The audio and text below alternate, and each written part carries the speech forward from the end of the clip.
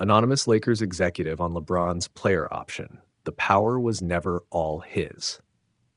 When LeBron James opted into the final year of his Los Angeles Lakers contract, locking in $51.4 million for the 2025-26 season, it was widely interpreted as a power move, the latest example of the superstar asserting control over his own destiny.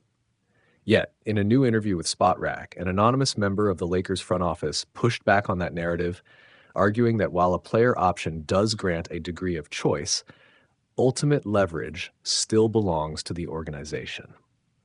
Open quote, "Whenever you sign a player to a deal with an option, you willingly give them the control to initially guide the situation," the executive explained. But this notion that a player option gives the player all of the power is pretty silly. If they opt out, the team is then a partner in re-signing them or not. If they opt in, then the team is a partner in whatever happens next, too.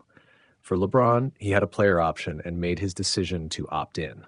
We're just happy that he's still a Laker. Close quote.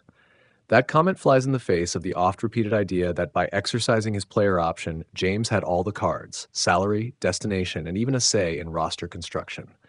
In truth, while a superstar's decision to stay or depart can set the stage for the next season, it does not happen in a vacuum.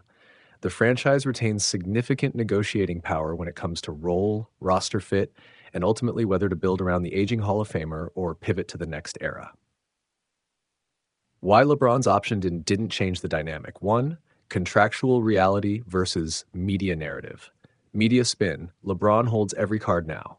Front office reality. Player options grant choice of year 2 of the deal, but do not eliminate the team's rights. If James had opted out, he would have become a free agent, but the Lakers would have retained bird rights and significant cap flexibility to match any offer or orchestrate sign and trades. By opting in, James collected $51.4 million. By opting out, he risked a market where contenders might demand sign and trade compensation or structure deals that hampered his leverage. Number 2, organizational control over role and roster. Front office ultimately decides rotations, playing time allocations, and can adjust the supporting cast regardless of James's superstar stature. Over the past year, the team quietly shifted its core construction toward a future built around Luka Doncic, subtly sending a message that the next decade belongs to the Mavericks star. Even as James remains a vital contributor, the roster move suggests that Los Angeles envisions a post-LeBron roadmap. 3. Coaching and system adjustments. Regardless of his contract status, LeBron must adapt to the coach's system. Darvin Ham's offense this spring incorporated more pick-and-roll sets for Doncic and two-point forward lineups designed to capitalize on youth and versatility. James still commands a primary role in late-game scenarios, but the ancillary structure no longer revolves exclusively around him as it once did in Cleveland and Miami. Touch the opt-in and its broader implications. LeBron's decision in late June to pick up his option generated a flurry of trade rumors, free agency speculation, and whispers of locker room unrest. Rich Paul, James's agent, had to publicly refute suggestions that his client was unhappy, reminding reporters that James's preference was to finish out his playing days in Los Angeles. Yet the underlying tension remained. A 40-year-old superstar on a one-year deal, far from the era when he commanded the maximum possible for years at a time. From the Lakers' perspective, the opt-in was a welcome vote of confidence in the franchise's direction, but it did not hand James an ironclad guarantee of future control. The front office still oversees salary cap management. They must allocate resources among role players, draft picks, and luxury tax considerations. A $51 million salary cap hit ties up significant space.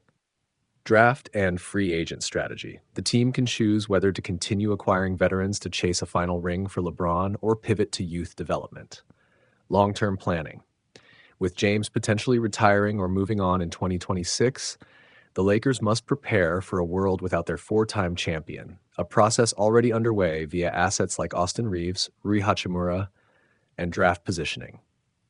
Looking ahead, can Los Angeles strike the right balance? LeBron's presence remains invaluable on the floor, in the locker room, and as a global marketing magnet.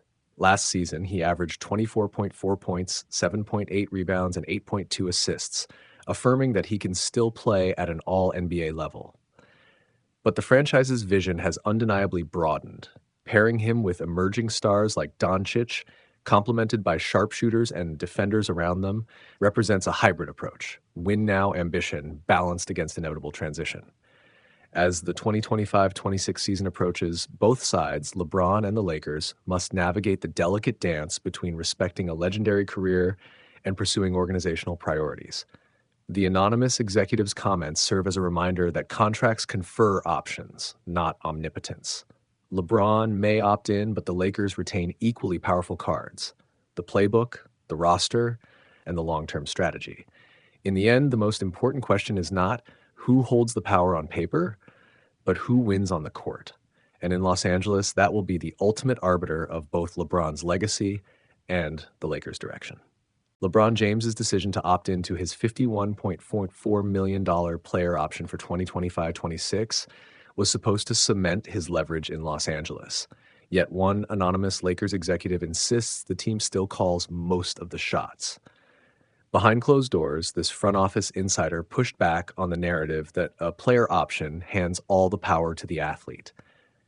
Open quote, "Sure, you give a player some control by inserting an option, but the idea that it makes them the sole decision maker is pretty silly. Whether LeBron opts out or opts in, the Lakers still have to decide if they want to keep him around. It's always a two-way street."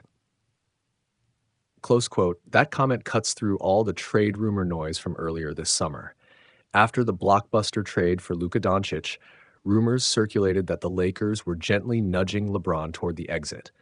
His agent, Rich Paul, publicly denied any desire to move, but whispers persisted about growing tension in the front office, doubts about LeBron's role in a post-LeBron roster, and questions over who really runs the franchise.